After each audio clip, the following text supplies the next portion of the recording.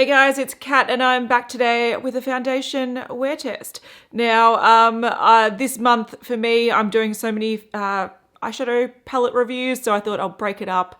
Let's test some foundation. And this one is a new release from Mecca Max. So I was sent this in PR, but if you're not familiar with what Mecca Max is, in Australia and New Zealand, arguably our best sort of makeup store is Mecca, and they've got Mecca Maxima and Mecca Cosmetica. So they sort of stock different lines. One's a little bit more fun, which is Mecca Max, and one is a little bit more sort of, I guess, luxe, which is Mecca Cosmetica. Mecca Cosmetica has had their own sort of skincare makeup range for a long time, whereas Mecca Max is Mecca Maxima's version. It's a little bit more affordable. It's all cruelty-free and vegan, and it was launched, I think, sometime last year. So this is their newest foundation to the range. That was a long... If you are from Australia, that made a complete sense. If you're not, you'd be like, what were you just talking about? But their newest foundation is Selfie Skin. So this is what it looks like. And like I said, I've got this sent in PR. I've got 3 shades. I actually like that they sent 3 shades that you can sort of mix because I think there's 20 shades in the range and none of these actually suit me properly, but a mix of cashmere and sunshine works pretty well. So that's what I'm wearing today. So this foundation is marketed as being a 2-in-1 foundation. So it's a foundation and concealer in one. Now, if you ask me, all high coverage foundations can be used as concealers. And especially when I was working sort of full time in an office, I often skipped out on concealer. I just made sure I wore a high coverage foundation and it did everything it needed to do. And that's how this is sort of marketed as well. So the claims are that it's high coverage, it's got super buildable, luminous, flawless finish, it's lightweight, undetectable wear for a second skin feel. So it's multi-purpose, you can use it as a foundation or alone as a concealer. It's supposed to have a smooth, soft focus effect on the skin. There's tube packaging, which is good for on-the-go travel and beauty cases. It can be applied with fingers, sponge or brush, and it's 100% vegan and cruelty-free. So those are the claims on the card, but I did want to point out that the back of the bottle also says that it's a modern matte finish. So yeah, it says flawless finish and it says that it's luminous, but essentially it's a sort of, I guess, a luminous matte finish. Does that make sense? Maybe a satin matte, maybe a comfort matte. I don't know. It's supposed to have a matte finish. One thing that I do find interesting about this is nowhere on this card or the packaging, I'll see as well if there's anything on the website, but there's nothing that says how long it lasts. Now, I've got oily combination skin. I pretty much have normal cheeks, but my T-zone is quite oily and I like to wear these for 12 hours to see what an average sort of working day, how it wears through that without touch-ups. Now, because this has no claims on last 18 hours, or last 24 hours, I'm not expecting this to be a long wear foundation, but we will see how it lasts. Now, I have worn this a couple of times. This is probably my 3rd or 4th time I've worn it, so I'm familiar with how it wears, but I'll check in throughout the day and let you know if anything is going on or anything different from what I've experienced before, and we'll see how well this lasts on my oily combination skin. All right, so it is 9:13 a.m. New Locks Green Hood Dis. So these are the foundations, and that's what the tube looks like when it's unused. You can see it sort of flattens out as you start to squeeze the product out because I have used these 2. So we've got Cashmere, Sunshine, and Beach. So I'm sort of a mix between these 2 there. So I've got a pump of the light one and the deeper one, and I'm just going to apply that with a sponge. So I have applied this before with a brush, but I thought for the test, this one might be a little bit dark for me still. Oh, and I'm really good at controlling that sponge. I probably should have done like maybe 2 parts, a lighter one part the deeper one, but you know, it is what it is. So I haven't actually applied this with a sponge before. I've just used a brush and it works fine. It's more of a moussey consistency, so it does blend in whether you use a sponge or your fingers or a brush. I think the brush does leave, like, you got to buff it in to not have any marks, and I just thought, look, today I want to try the sponge. So I will put a little bit more on because I'm just not getting the coverage that I'm sort of expecting from something that boasts being a 2-in-1 foundation and concealer. I just feel like this is enough coverage if I was, you know, catching up with friends, but I do want to film after this, and I don't like having all these sort of spots and dots and imperfections sort of peeking through when I'm filming. Also, this boasts, you know, fuller coverage, so I want to see if I can get there. I'm just going to apply a little bit more of the lighter shade because I don't know if you can see, but it is a little bit dark compared to my neck. I have tried this shade on its own and I looked like a piece of paper, so yeah, I won't do that on its own, but I'm going to just dot this around a little bit. It's already starting to set pretty well.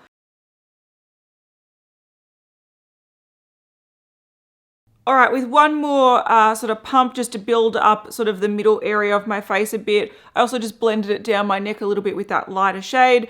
All of a sudden, it is getting more of a heavier coverage. It's not feeling thicker. It's not feeling horrible. It still feels, it almost feels like it's hydrating a little bit. I can feel the sort of, not the wetness, but it feels like it's, yeah, it feels like it's a little bit hydrating, which is nice, but I can no longer see a lot of the pigmentation on my cheek.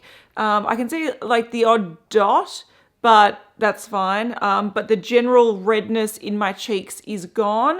You know, there's a little bit here, but it's nothing that I'm concerned about. So I'd say this is a nice high coverage because it covers most flaws, but it still lets a little bit through to make it look a little bit like skin, which is nice. Do I think this has replaced concealer? Probably not. I might put a little bit more of the cashmere shade just with my finger, just pat it under my eye. I feel like this is almost too wet for a concealer. It does get there to a point where, oh yeah, I don't need concealer, but I feel like any decent coverage foundation would do that. I don't think it needs to boast that it's also a concealer.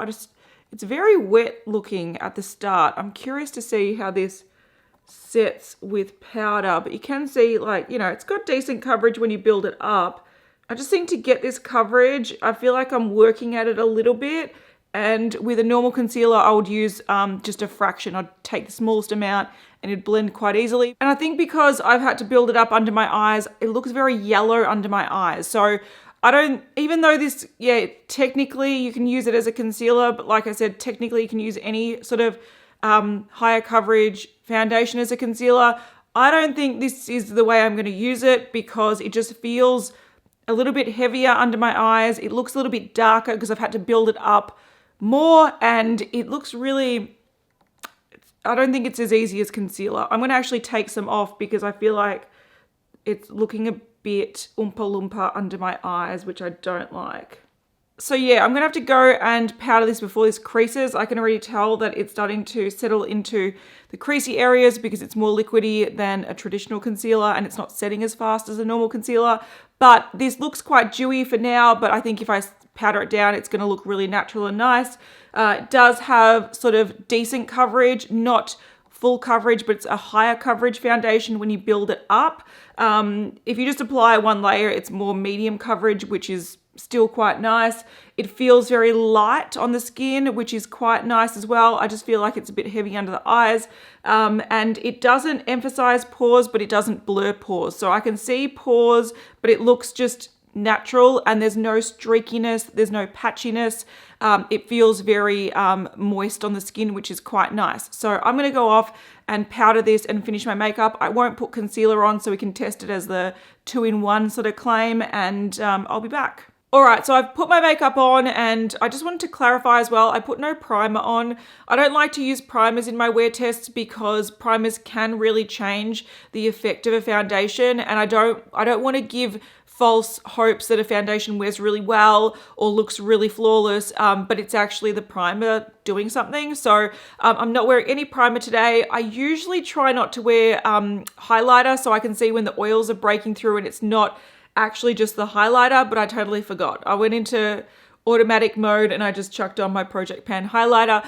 But other than that, the makeup is looking really good. I can see a little bit of luminosity to it, so even though it is more of a matte finish once it's powdered down. So before I did powder this, it did have like a sheen going on. It almost looked like it was a dewy foundation, but I could feel that it was starting to set. Now I was worried that under my eyes, if I didn't set it fast, it was going to settle into fine lines, and I think I caught it just in time. probably the thing I like least about this foundation is it as a concealer, because I'll zoom in soon so you can have a look, but because building it up, to get the coverage that you want under your eyes, you have to build it up, and it's looking a little bit jaundicey. It looks like I've got like dark sort of yellow under my eyes. It's not bad just in day to day, but if I'm analyzing it, it's probably one of the least favorite things about this foundation.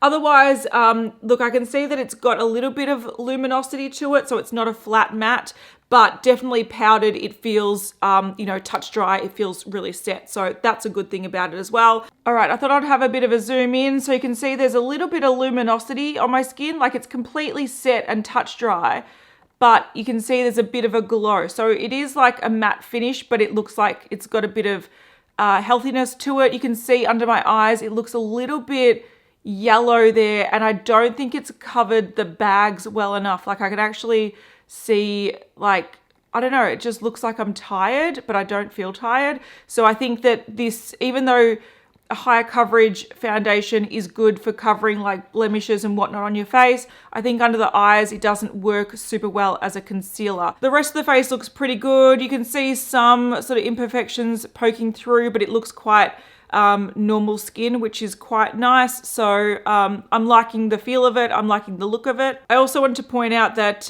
between applying it and now, it's just become really overcast and horrible. So I had to bring out some softbox lights. So if it looks a little bit different in the lighting or the coloring, it's the lighting, not the actual foundation doing anything weird.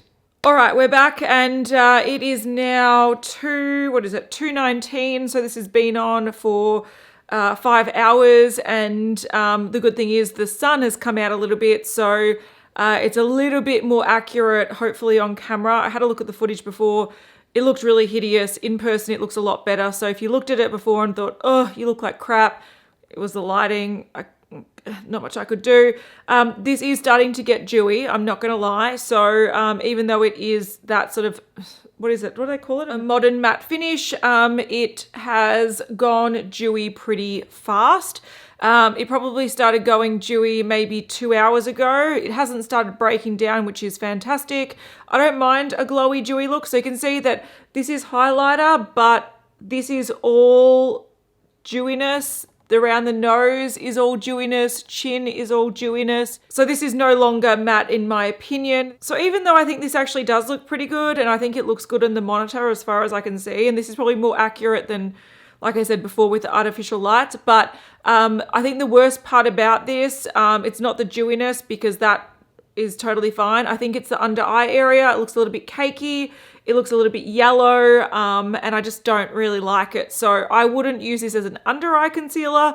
Does it conceal like other parts of your face that you might want to use concealer on? Sure, but that's also what a higher coverage foundation is naturally going to do anyway. So I still don't buy the claim that this is a 2-in-1 concealer and foundation. I think it's just a higher coverage foundation, but yeah, I don't think this is going to last on me super well. If you wanted to keep your makeup quite matte, I would definitely powder it at this stage, which is quite reasonable. I think if you were going to work and doing your makeup at like 7:30 in the morning, whatever it might be, and then around lunchtime powdering it, I think that's perfectly reasonable to get longevity out of it. But I won't do that at this point, but I would recommend it at this point, if you know what I mean. It hasn't started disintegrating, but to keep it locked in and refreshed, I would totally powder it. All right, it is 4:17, so this has been on for 7 hours. And I wanted to check in before the sun starts going down too much, because then I'm going to have to go into the other room, and relying just on artificial lighting, it looks 10 times worse than what it does in normal lighting. But I did want to say that this is not holding up particularly well. Since the last check-in, it's turned like full face dewy. I'm going to turn this brightness down a bit so you can see what I'm talking about. It is dewy all over, and it hasn't started breaking down too much yet, except for maybe on the chin. I will zoom in. So hopefully on the chin, you can start seeing that it's starting to look a little bit patchy. Around the nose, it's starting to look a little bit patchy. And the rest of the face is just looking extremely like oily. So what I've actually decided to do, which is unusual for me, but it might be a new sort of thing that I start doing in my wear tests. If it gets to a point where I know for a fact that I will not continue wearing this unless I touch it up, I sort of want to touch it up to see if I can save it, because even though it's nice to see how, a foundation will wear with 0 touch-ups, realistically, if I was wearing this and I looked at myself in the mirror, even if I was out and about, I would get the powder in my handbag and I would touch it up, because this is just going to go south from now on. So I may as well see if we can prolong that a little bit. Now, I did look at the website, and there are a few more claims on the website than there are on their sort of like information sheet. And one of them is that it is long wearing. So it doesn't specify how long it's supposed to wear for. It just says that it's a radiant matte finish, which is long wear coverage of a matte meets the fresh, lightweight feeling of dewy skin. It also says that it's a hydrating formula, but it's got mattifying powders to absorb excess oil to take you from day to night, which I don't agree with. It is dewy. It is definitely feels hydrating, but there's no oil control. Like, that's not 100% true. There's minimal oil control. Oil's breaking through. It's not yet breaking down the makeup, but it will do it any second now. So I'm actually going to touch this up with a powder. I've just got my Linda Hallberg. This is the Infinity Filter Loose Setting Powder in the shade Light. So I'm just going to take a bit of that powder and just sort of dust over. Usually I'd get blotting wipes. I actually don't know where any are right now, but I just want to see how, with a bit of a touch up, if this does prolong the makeup. Now that did powder down pretty well. I think around my eyes a little bit, it looks a little bit patchy, but that's because that's where I built up that higher coverage concealer business. But even in the oily areas, it doesn't look that patchy yet. So I think a quick touch up really does refresh that and bring that back to life. So yeah, I just had to do that to save my sanity, because having an oily kind of disgusting face for another few hours, another 5 hours, I really don't want to do it, to be honest. It's not going to go well. I feel like even though my makeup hadn't broken down yet, give it another hour and it would be patchy and it would be like almost sliding off my face. And I just don't want to wear that for another 5 hours. But at least now I can see, if you get in time, how long does this wear with a quick retouch, and it feels nice and set. It looks fine again. So let's see how it goes in 5 hours time. All right, so it is well beyond the 12-hour mark, so it's 9:45. I want to take this makeup off, but I have to say that this has held up pretty well after the touch-up. Now, this is once again, if I turn down the ISO, you can see it is getting to the point where it's getting a little bit oily and a little bit greasy. But I do think after the touch-up, this is holding up pretty well. So this is not my favorite foundation by any means, but at the same time, I've tried much worse. The Becca one on me just doesn't wear well. It transfers and it's disgusting, whereas this one doesn't transfer. It's still in place, which is fantastic. The Beauty Blender one, it breaks down even worse on me, and if I do touch it up, it just looks cakey and keeps breaking down. So I think this is not a bad foundation. It's just not my favorite foundation. I forgot to do a close-up, so let's get up close and personal. All right, so hopefully you can see that close-up. It's not amazing, so you can see the makeup starting to sort of cling together a little bit. There's some shine coming through, but it's really not bad. Around the nose, it hasn't completely worn off. It's starting to wear off around here. Under the eyes, it looks a little bit cakey because I built it up for the concealer. And you can see on my chin, it's pretty much broken down, but it doesn't look too bad. The rest of it has held up pretty well. You can see my sort of bronzer still on there. It's just that you can see I think the color difference between where it's wearing off and where I built it up as a concealer looks a little bit jarring, so I wouldn't recommend using it as a concealer. But one thing that I do think this has over other foundations in my collection that generally does wear really well on me is the price points. This is 28 Australian dollars. Comes in 20 shades, whereas A foundation that I really like at the moment is Hourglass one. I think that's like 80 Australian dollars.